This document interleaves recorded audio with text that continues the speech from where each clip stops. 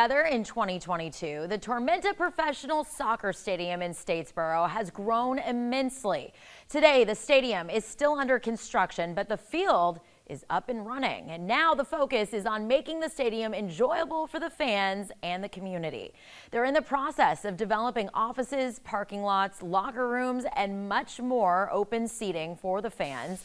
They say they have already hit a big goal in the process. They've grown the community by having other businesses join them on their street, Tormenta Way.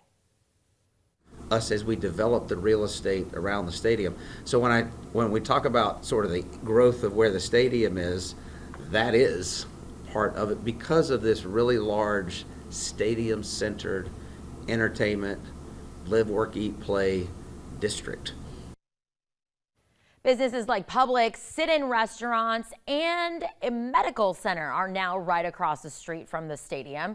The stadium itself is expected to be completed within the next year.